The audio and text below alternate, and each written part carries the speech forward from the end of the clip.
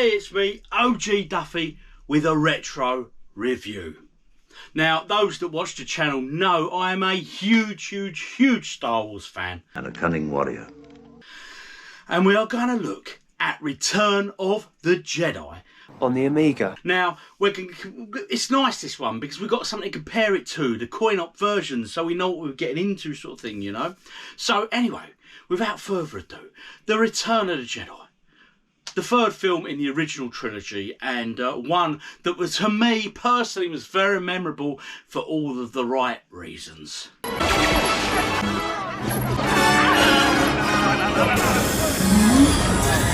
at the deck! Come on! Anyway, I digress. Back to the game.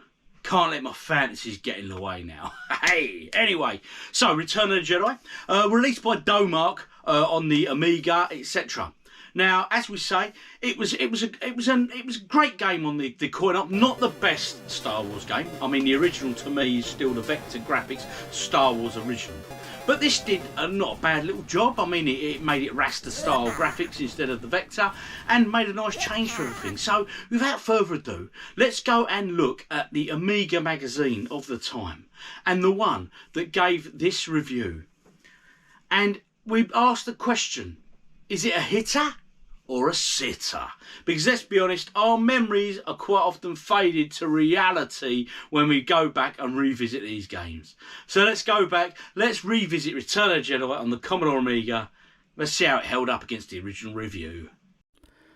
Return of the Jedi was originally released in 1984 on the coin-op arcade systems by Atari.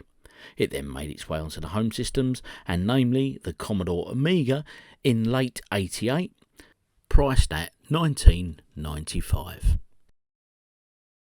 This review was brought to us by Commodore User magazine from January 1989, which cost a total of £1.20. This review was written by Tony Dillon. You cannot escape your destiny. You must face Darth Vader again. Leave them to me. I will deal with them myself. Return of the Jedi was the third of the Star Wars trilogy, and is also the third in a successful series of Atari coin-ops.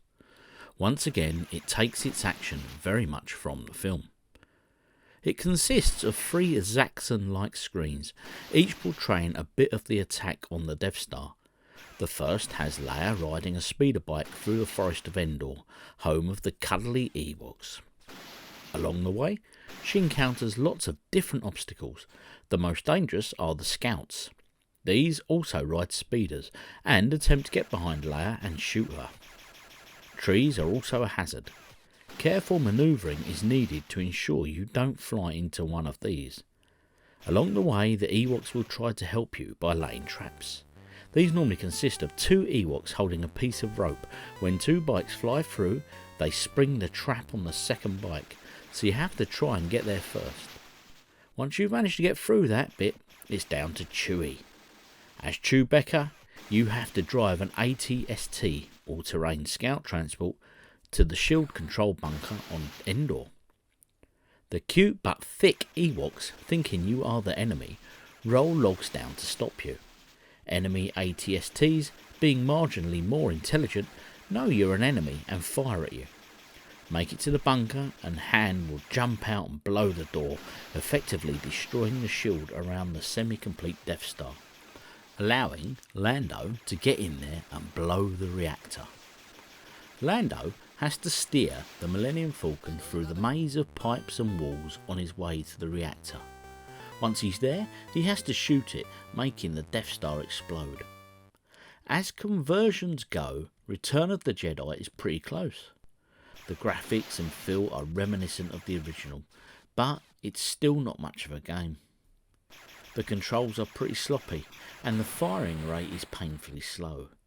The main problem with the playability is that you can move too far forward and not far enough back.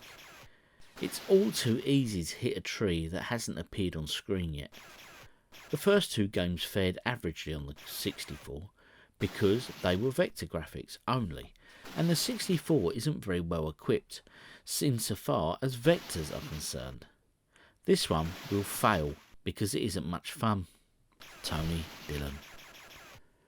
The Amiga version is, not surprisingly, the best of the bunch, featuring enhanced graphics, sound and gameplay. It features all the characteristics of the graphics of the coin-op and carries lots of samples from the film, as did the first two. Battle along to a pretty groovy tune and Lando shouting, "Here goes nothing." Nevertheless, you might find this is for completists of the Atari trilogy only. So there we have it. Now, let's look back at the original review of the day from Commodore User, and let's see if it's lived up to how it was reviewed back then.